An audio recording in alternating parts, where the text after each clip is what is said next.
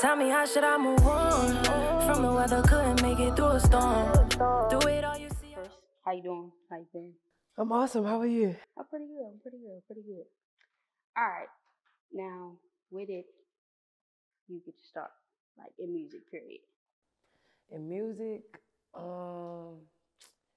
like I've always been a fan of music, like different genres. I would say like my dad started me off with that. It's like he listened to anything, but like good music. Gotcha. But like as far as me started rapping, I actually had a little brother that was popular in the music scene. Then he had got killed. God rest his soul. And then it was like, all right, and I was hooping. So after I stopped, hooping at that time was an outlet for me. So after I stopped hooping, it was like I gotta do something else because like mentally I was going crazy. Like I gotta talk about something, and I'm not one to talk about anything. Like I keep my shit bottled up. Then once I like just made a song, cause like I would always write. Like English was my favorite subject, so like I would write poems and fucking stories and shit. And then my uncle was like, "You should get in the studio." And my cousin, his name Antonio, I never forget it. He was like, "I got a little studio home, we could try it." Then I made one song. It was like, "Yo, you really like, you got potential. Like you good." I was like, "All right." Then from there, it was just like, let me just keep at it. So you're more of a melodic rapper. Like you got the melodies, and then for the most part, everybody got it. what made you go along that route, or what do you think like made that route available to you? Like what was like inspiration? I think because initially, like I wanted to be a singer, but I ain't got the vocal capacity for all the high notes and all that.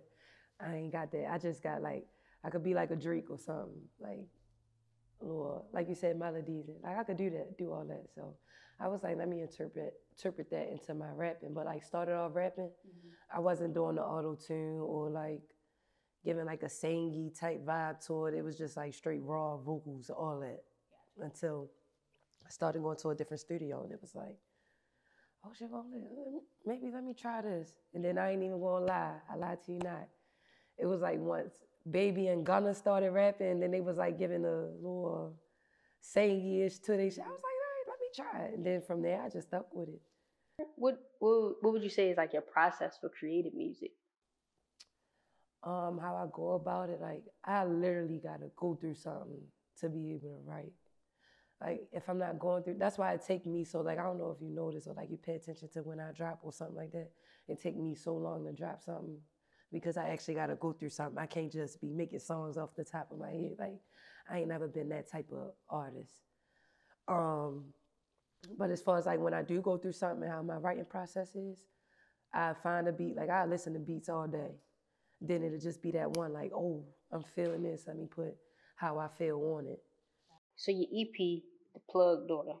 Right. Of course, you just say you gotta be in a space to write this music. What space were you in when you created that? And that was like your first full project, right? Like that I took serious, yeah. Why did you think like us as the audience needed that as like your intro? Because nobody like really, like if you think about it in like the rap game or the industry, whether I'm there or not, like nobody has really said anything from the plug daughter's point of view. It's always been, you know, the guys rapping and giving, oh yeah, I'm at the plug, this, that, and the third, I'm tied in with the plug, but nobody knows like how the plug daughter feels. So it's like, and nobody actually like really knew who, I mean, people know me, like I got a little bit of clout, but nobody actually knew how to say it. I'm gonna just say like who I was, like who I really was, like what I come from. Cause like I ain't never put that on display. Everybody else know me as like, okay, parents had money, she played ball. That's it. But like inside of my life, nobody really knew that besides my family.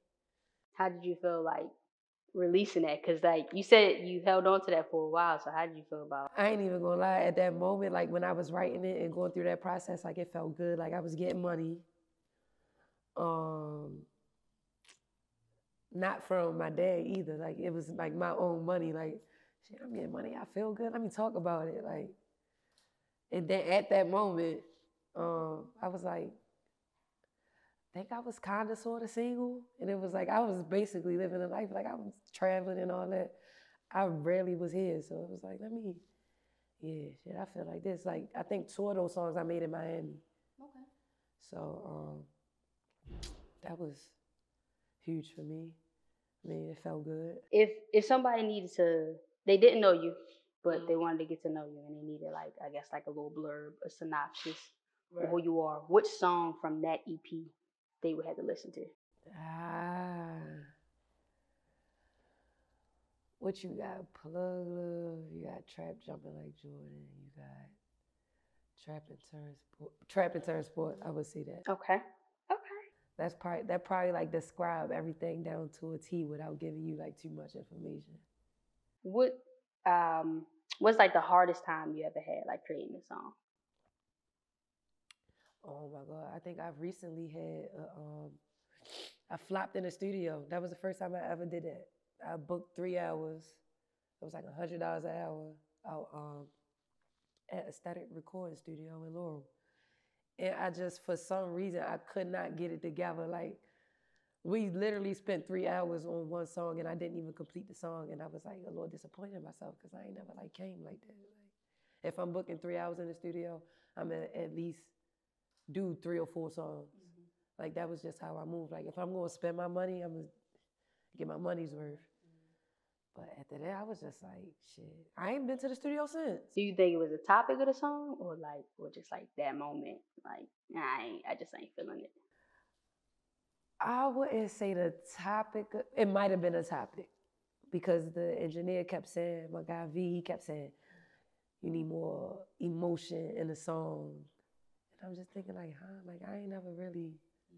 But now that I think about it, a lot of good songs that I had, like I was feeling them. Yeah, I was gonna say, do you feel like I ain't even experiencing this emotional, so maybe I think that might have. But at that time, I wasn't even thinking about that. I'm just thinking like I'm in the studio. Like if I want to record this song, I'm gonna record it. But no, it just didn't work out. I was like, damn. But he was good though. He was like, I'm not even gonna take your money. When you ready, you come back. I was like, shit. What things about the industry, or ways, do you think would like make you doubtful about the music or shy you away from even doing music? That's a good question because like I done came across a lot of industry people. Like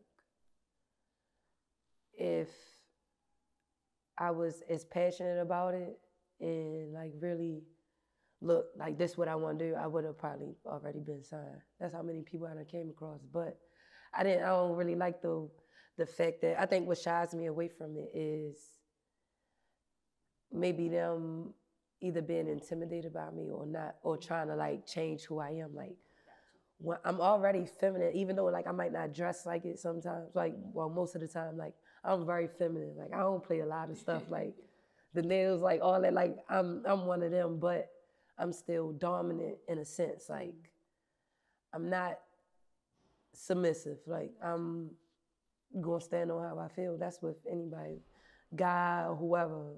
I don't care if you was Diddy in the industry. Like if I feel a certain type of way, I'm gonna speak on that and I'm gonna stand on it. I don't care what you got to offer. And I feel like that's probably where they was like, hold on. Mm-hmm. We already know we can't even play with her. Like it gotta be, I don't even know how to explain it. Like it gotta be, like they want it on their terms and that's not how I'm going for it. I'd rather slow roll it. So this is gonna go to my next question. How do you feel like your sexuality like plays a part in, I guess, like how people try to handle you within the industry, or even how we get you in trouble within the industry? I feel like because maybe I am a little dominant, it's given. It is weird because I attract way more males than females. Yeah, I attract a lot of females, but you'd be surprised like how many guys want to talk to me too. And I'm not even upset at that. Like at the end of the day, I'm still a female. Like I'm still a lady. So, I don't know. I feel like if it was to give like the industry vibe, a lot of guys will probably want to fuck me instead of like working with me. Mm-hmm. So it's giving like, shit, maybe let me build my own motion up and let a nigga come beg me instead of me going to a nigga like, oh no, I need, no. Like, I'd rather. Your new single, it's been a while since we had some music. Right. Hey, that's okay, that's okay. Do you think it reflects like a current time that you went through, or do you think this is just like a message that you're just giving like to your audience? I think at the time, we talking about Through the Storm, right? Yeah. I think at the time I wrote it, like I said, I was going through that. I sat on that song for a long time. I recorded that last year. And then actually recently when I just, released it, I actually was feeling that. Like I was going through that at the time. So I was like, let me just drop this. And it was just, I don't know. I'm still sitting on the video though. Probably just the procrastination would be, but I feel like in the time it's giving like a little bit of both. Like I felt like that, and it's like a message. Like, shit, I mean, times is hard now. Like before, it was easy to get a little money or get a little cash. Now it's a little hard, and not just for me, like for everybody. So at that moment, I dropped it. Yeah, I felt like I wanted to give people like it's okay. Like you could go through something and then bounce back. Like it's not the end of the world. So. How are people receiving it to you? Like, how do you think it's like good? People feeling good about it, or like you think? I think it's been good. Well, the feedback I done got from it, it's been good. Like, damn, yo, I needed that. Like, even when I like posted a snippet before I dropped the song, and I posted a snippet on Instagram, I had so many people hit me up like, you need to release it. Even on TikTok, people that don't even know me, you got to release that. Like, it's hard as hell. Like, I was just like, all right. All right, so I seen you on this mixtape, Baltimore Baddies. Right? How was that experience? Like, did y'all get together to make the music, or was it like y'all made it separately and just sent the songs? No, it's crazy because the type of person I am, like, I wouldn't even, not to like downplay nobody, like, I wouldn't even like, because I know how serious I am about my music. Mm-hmm. I would never just send like songs that I ain't even released myself to people, to someone else to release it. Yeah. So I was like, let me just, because people right now, they're not really putting a face to the music. Because like I said, I rarely drop. So like people don't really like know me and this, that, and the third. So for me I actually followed the one that released it. And she was looking for a female artist to put on there. I was like, shit, let me just throw this out there. And I gave it to her, and she put it on, and I was like, oh shit, like, all right. It's actually been doing good. It is a good song. It is a good song. It is a good song. As far as like, I guess, creating with other people, what would shy you away from doing that? Or like other females that are in the rap game in the city? Maybe, I mean, you got those ones that, God, that are like really good, and I wouldn't mind working with. And I actually, one of the females, I hope I'm saying her name right, Kashia. She, I know you're talking about. Her name got like a dollar sign in it. Yeah, right? I know you're talking about. I don't know? I don't know. Okay, I hope I'm pronouncing her name right, but I'll put it somewhere on the screen. So she's so humble, like, and I actually, I'm in the process of making an album, and I was looking for like 2 or 3 female artists to put on there. And surprisingly, she reached out. Well, I don't know if I reached out. Either way, like, it was a smooth, whatever, like, when you're ready, this my price. Straight to the point, trying to work, yeah. And I ain't even mad at that, because I'm coming like that too. And I feel like as far as like the other females, I don't think they, I don't know. I don't want to like stir the pot, even though I don't mind, but like, I feel like other females sometimes maybe stuck in their ways. Like you got people that's actually like in their corner hyping them up, which is not a problem, but I got people in my corner that's telling me, like, even though I know I'm a great artist, there's people telling me, oh no, you can do better. Like, that's not garbage, but work on that. Everybody say still pushing you to your limit. I think they already there, and I ain't, I ain't stepping on nobody's toes. That's how you feel. That's how you supposed to feel. Like you that confident in what you're doing, then go ahead. And me personally, I know how I want my songs and my music to sound, like my little arsenal. Like I know how I want everything to sound. I'm not just going to put anybody or anything on it because maybe they got a name or I just need somebody from Baltimore on it. No, I ain't doing that. Like, I've been listening to these songs and I hear a lot of I can steal your bitch, all that good stuff, all that good stuff. Have you had any issues with any young men because you stolen they girl since you like started the music and getting more to notoriety? Is it like tension, like somebody girl feeling or somebody feeling away because like they girl, like oh my god? I had one incident, but it wasn't like he approached me or I approached him. Like I was told through the girl that he was feeling some type of way about me, this, that, and the third. And I didn't really care because at the end of the day, it's up to her. Like, it ain't even up to me. Like, I could care less. I could go get another one. That's how I was carrying it at that moment. So it was like, man, whatever. Like, the hell with both of y'all. But she ended up dropping him and wanted to be with me, so. Yeah, boss man, you gotta get it together. You lack something. What do you think it is about you that attracts the females or the males? Like, what do you think it is about you that attracts a person?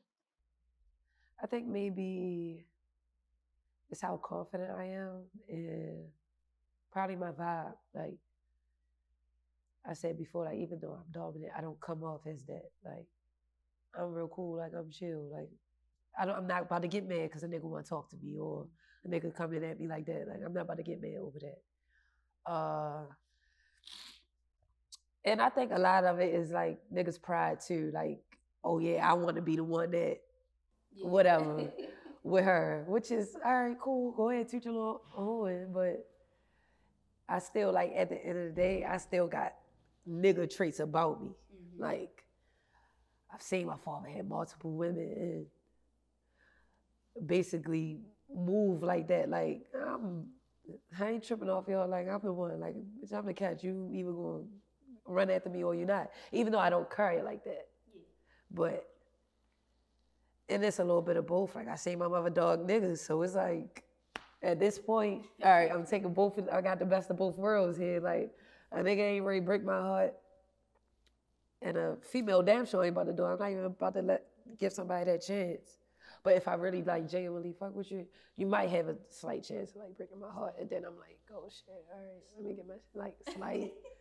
Just a little bit, just a little bit. So we've been seeing like all the shit with like Cardi B and Set, Krishan, Blueface, and who Megan and Party. Okay.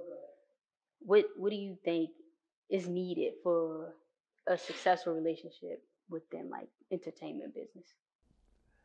Keep your shit off social media. There's too many people that got too much say so in what your relationship should be like or how you should treat your partner. Like I just feel like it's too much doing it for your fans or too much just giving the world just too much insight. Like it's okay for y'all to pop out, and even if y'all are going through something, y'all ain't gotta bring that to like Instagram or like everybody don't need to know that. What would you say you would need from a partner for a successful relationship? Just support, like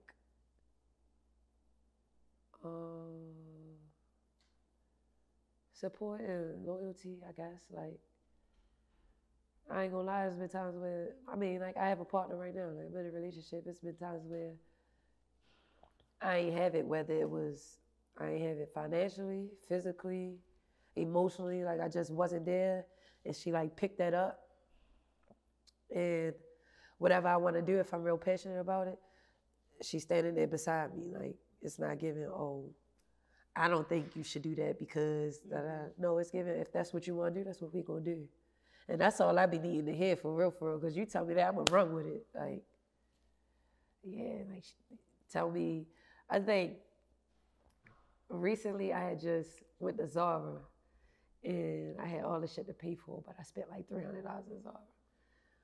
And she was up. I mean, no, I only spent at first. I had like $80 worth of stuff. I called her. She like, no, I think you should treat yourself this, that, and this. Like I said, I'm gonna run with it. So, all right, cool. Even though it was like my money, it was still giving like, all right, I know we got shit. We just moved. I know we got shit to do. We got shit we want to pay for, how we want our house to look. Spending $300 is all right. I could have spent that on some furniture or some house stuff. And she like got a little irritated with me. And I'm like, but you just said, I just told you how much my stuff cost at first, and I bring it to the register. Now you upset. She was like, you know what? You right. I can't even be mad because I did tell you go ahead. So I'm like, yeah, support and loyalty. That's it. All right, before we get out of here, what can we expect from you in the new year as far as like collaborations, music, other things you want to add to your brand? I don't want to give the collabs up because I wanted to like be Wait on it. We'll be patient. We'll be patient. No, I am gonna drop one for you because you know it's the podcast. I want you to have a little like insight on it. I'm gonna do a collab with I don't know if you heard of Riley Ski. I'll look him up. Yeah. I feel like I've seen his name though. He dropped it's a song he be like, just give me my flowers. Like it's Spalding. Actually, it's Spalding too. He dropped that too. That was one of his major singles. I'm gonna do a song with him and all the other collabs. I don't want to give all that up. But yeah, I'm about to do this shit full throttle. Like I feel like I done played around enough now. I done came back around, like got myself, because I wasn't good spiritually and mentally. So like I had to take time off to get my shit together. But now it's like, yeah, it's time to turn it up. I'm glad you took that time. Definitely glad you took that time. You see, I always wanted more from me. Gave it all, they wanted more from me. Now you know it ain't no bye-bye.